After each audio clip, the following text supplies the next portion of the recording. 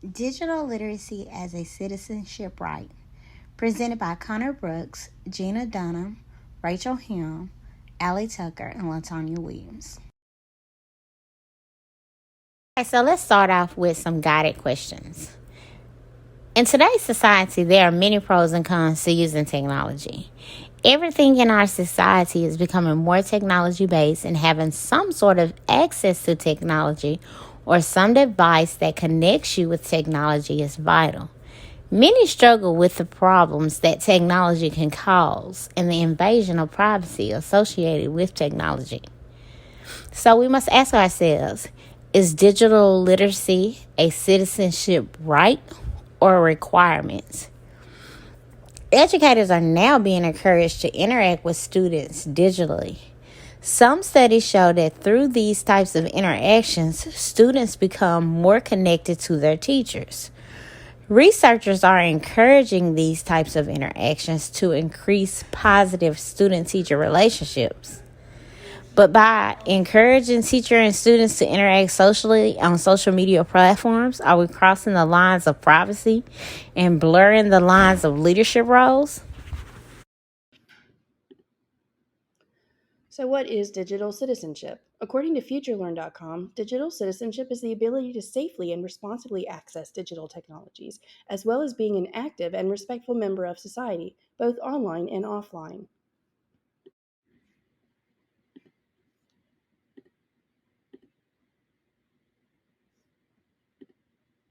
So there's been some fairly recent opportunities for digital citizenship as a right. There, there's a new Strong Start, Strong Finish initiative. The Strong Start, Strong Finish initiative actually started before 2019, but they added some extra stuff in that initiative to address technology. So, in it, the governor has given more money for technology, accessory needs, higher teacher pay to create more of a demand for teachers. If a teacher has the knowledge to be a technology teacher, if they were out in non-educational world, they would be making over $80,000 as the median. So there's also more teachers getting qualified to teach technology. So the extra higher pay helps with that. And there's also more technology available to schools with grants and things of that nature. The accessories that are needed in order to do this, like internet and such, are also being increased and made more available to students with low income. So the more jobs requiring the use of technology means that schools will prepare students for competitive jobs. It will increase their pay. It will increase their quality of life.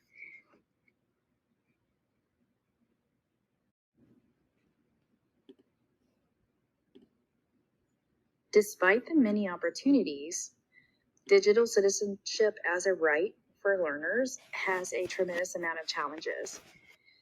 Starting with students don't have many rights in elementary and secondary schools in Alabama. And according to the ACLU, students have the right to free speech and a safe learning environment, and that's pretty much it. Free and appropriate public education really only applies to students with an IEP. And so they would be included with digital citizenship as a right. However, screen time for underprivileged is twice as much as higher income. So those students are using it more often and they're not getting the education that they need in order to become a digital citizenship. So that is a major problem. Digital citizenship is not necessarily taught in all schools. All schools require you to use these technologies in order to complete your assignments, but they don't teach you how to do things responsibly with social media, et cetera, et cetera. The only other thing, well, there are many other things, but the school changes that happen slowly after effects are evident in the community. So, for example, it's very evident right now that technological education should have happened for the previous generation, but it wasn't. And now we're seeing all of the technology jobs that we did not prepare our students for. Therefore, that's really hurt them in the long run and really damage their quality of life if they don't have a way to access or a way to use this technology. Bullying using social media, texting, or other electronic means. Before we begin our discussion about bullying using social media, texting, or other electronic means, I wanted to introduce to you the University of West Alabama's cyberbullying and cyber harassment policies. It states cyberbullying and cyber harassment are direct violations of several standards of the Code of Student Conduct, which is published in the student handbook, the Tiger Paw. In particular, misconduct standards 14, 17, 18, 34, 36, and 37 are violated by acts of cyberbullying and cyber harassment. The code prohibits acts of cyberbullying or cyber harassment through the use of any electronic technology, which includes, but is not limited to, devices and equipment such as cell phones, computers, and tablets, as well as communication tools, including, but not limited to text messages, chat platforms, websites, and social media sites like Twitter, Facebook, Instagram, YouTube, Vine, and blogs. Students who use the university's network or technology to conduct such activities may be disciplined in accordance with the Code of Student Conduct. So we must ask ourselves, schools, community colleges, universities, and employers generally have an ethics policy or code of conduct policy in place to prevent the spread of cyberbullying. Are these policies being enforced? With cyberbullying affecting the growing number of suicides, mental illnesses, and levels of depression, should restitution be paid to the victim and legal action immediately be taken in all cases of cyberbullying? There are severe consequences to bullying. Understanding the challenges we face can help make progress in negating the effects bullying can bring. One of those challenges is the mental, social, and personal effects of bullying. The CDC reports that 1 in 12 teens have attempted suicide, and 1 in 6 high school students have seriously considered it. These are alarming numbers. Many of these students will report that bullying contributes to their feelings of loneliness and belonging. This makes them have those feelings of suicide and not wanting to be part of the world anymore. Bullying has serious consequences, and with the access through social media, it's a constant issue in students' lives. Students are connected like never before, and they are faced with a constant stream of information, both negative and positive, which opens the door for those negative feelings to take over. Another challenge is the access of devices and social media. It's hard to separate a teen from their device. They depend on these devices for connection and socialization. This creates an open avenue for online bullying to occur. And again, they're continually faced with what is on their screen. And sometimes those things seem inescapable. They just can't get away from it. Another challenge related to online bullying is the anonymity of the bullying. This creates an atmosphere promoting disinhibition. The bully will say things that they would never share in person, and they don't get to see the target's emotional reaction. They're not able to relate the severity of the words being posted with how it affects the person on the other side. There's a disconnect between what they have posted and the effect of the other person. This leads to harsher statements and attacks than what would normally happen if they were face to face. It's hard to connect emotion with a screen. but to the person on the other side of that screen, it's very, very real. So that anonymous bully is a little harsher and lives in a world where they don't see the consequences of their actions. And that's definitely a challenge related to helping them understand the severity of online bullying. Strategies to resolve online bullying.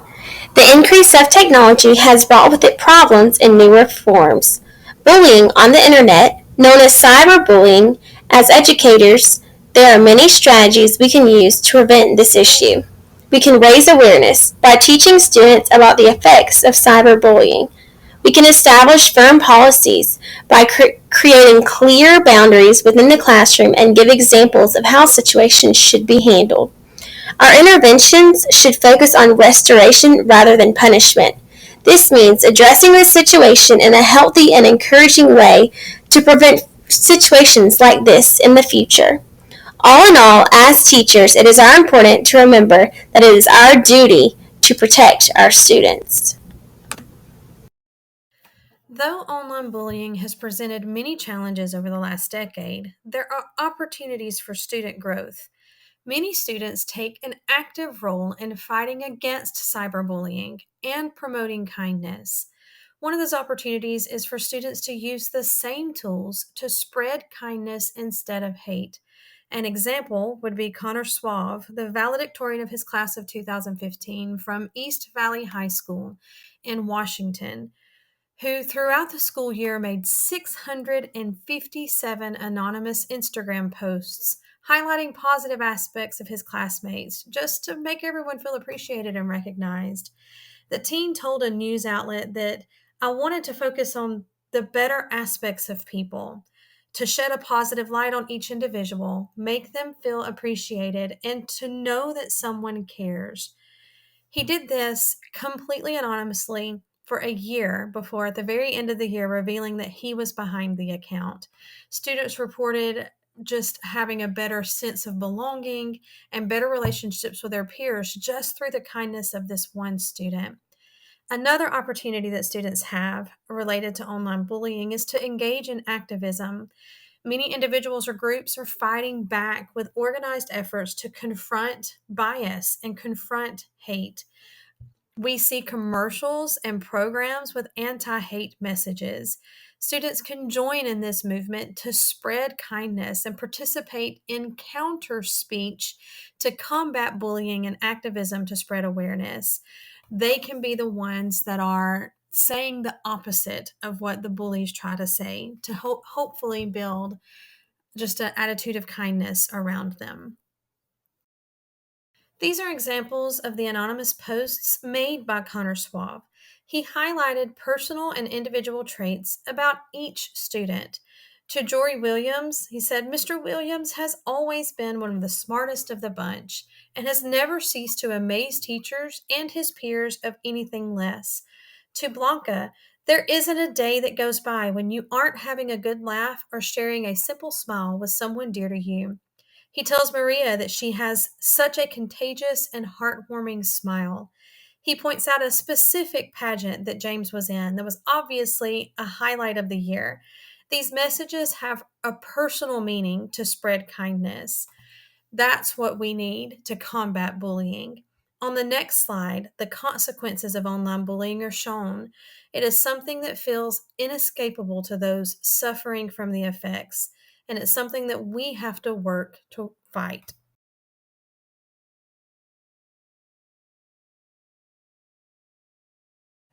Social media is more popular than ever, especially with tweens, teens, and young adults. But it comes at a cost. 59% of teens say they've been bullied or harassed online. And just last month, the former Miss USA died by suicide, jumping to her death after being cyberbullied for almost a year. So new tonight, I speak with a clinical psychologist about how the online world affects young people and how you can teach your kids to take care of their mental well-being in the virtual world. North Carolina. It was an incredibly happy moment for Chesley Christ back in 2019 after being crowned Miss USA. And it led to continued success as a TV correspondent for the show Extra.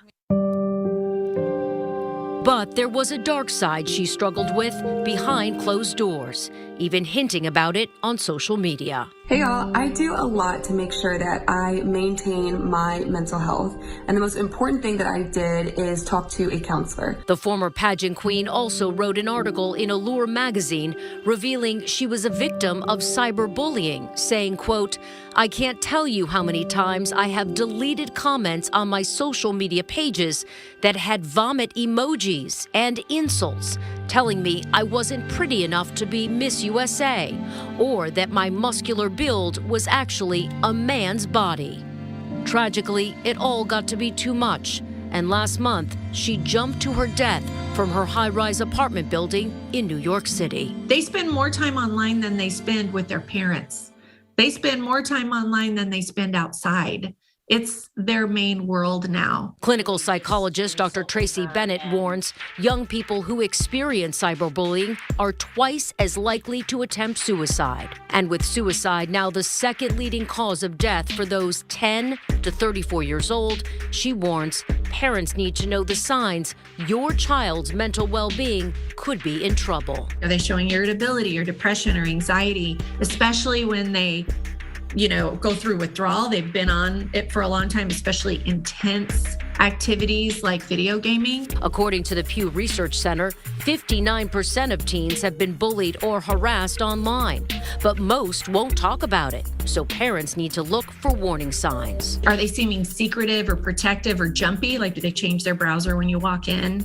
Are they isolating from friends and family or refusing to go to school? There are other signs their self-esteem could be impacted as well. Do they complain a lot about their weight or their body image, or are they suddenly dressing very differently? And she warns parents who just take away their kids' devices are doing more harm than good. If you are constantly yanking screen devices because you're mad at them or they're not doing something, you're going to become the screen enemy, right? So I think what we have to do is accept that these devices are their whole world. And when we yank it away all the time, they're not going to come to us when they do get into trouble. And since kids will fail in the virtual world just like they do in the real world, Bennett says parents need to learn how to help. If they're old enough to browse a browser that isn't child protected, then you have to have some hard conversations with them. Bennett developed online classes for tweens, teens, and parents about social media readiness and online safety called Get Kids Internet Safe. She also wrote a book called Screen Time in the Meantime, a parenting guide to get kids and teens internet safe. If you'd like to read more about her online courses or book, go to our website, abcactionnews.com/rebound.